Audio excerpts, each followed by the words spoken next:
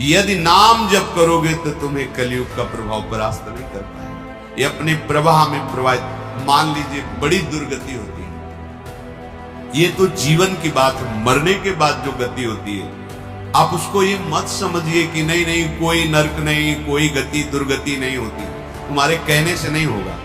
यहां तुम अपराध करते हो तो जेल मिलती है ना, पहले तुम्हारी पिटाई होगी, फिर तुम्हारा मुकदमा चलेगा, फिर सजा सुनाई जाएगी, आजीवन कष्ट भोगोगे, एक गलती का फल आजीवन। तो जैसे कहा जाता है कि हजारों वर्ष तुम्हें नरक भोगना पड़ेगा। अब लगता है ये तो बातें केवल बना रहे हैं, तो गलती तो तुमने एक की थी, आजीवन कारावास क्यों मिला?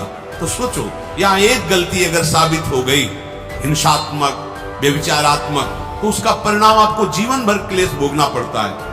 तो क्या तुम जो पापाचरण कर रहे हो इसका परिणाम तुम्हें नरक नहीं भोगना पड़ेगा? तुम्हारे ना कहने से थोड़ी हो जाएगा, समझो, तुम्हारे ना कहने से हो जाएगा। अरे कोई राजकीय कानून नहीं है, जो मन आए सो करो, करो।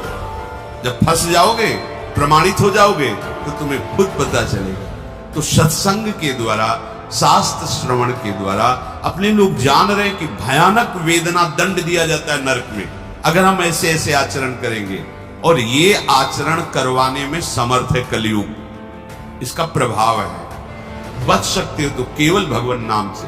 इसीलिए चीख चीख के कहते हैं कि शाप साधनों को करने की सामर्थ्य अब नहीं रह गई कि आप तपस्या करो, आप जितेंद्रिय हो करके प्राणायाम करके और समाधि भाव, न शरीरों में ताकत रहेगी, न आहार में ताकत रहेगी, न बुद्धि में ताकत रहेगी। एक बात सब कोई कर सकता, बच्चा हो, बूढ़ा हो, कोई पढ़ा लिखा हो, ना हो, जो जहां जैसे भी, राधा राधा राधा। इसके लिए तुम्हें कोई ये शर्त नहीं रखी जा रही कि ऐसे हो तो राधा बोलो, नहीं, जैसे भी हो, जहां भी हो, राधा राधा राधा। तो कलयुग की क्या बात है, काल भी बाधा नहीं पहुंचा सकता, विश्वास कीजिए, काल भी बाधा नहीं पहुंचा। जहां राधा वहां कहां बाधा।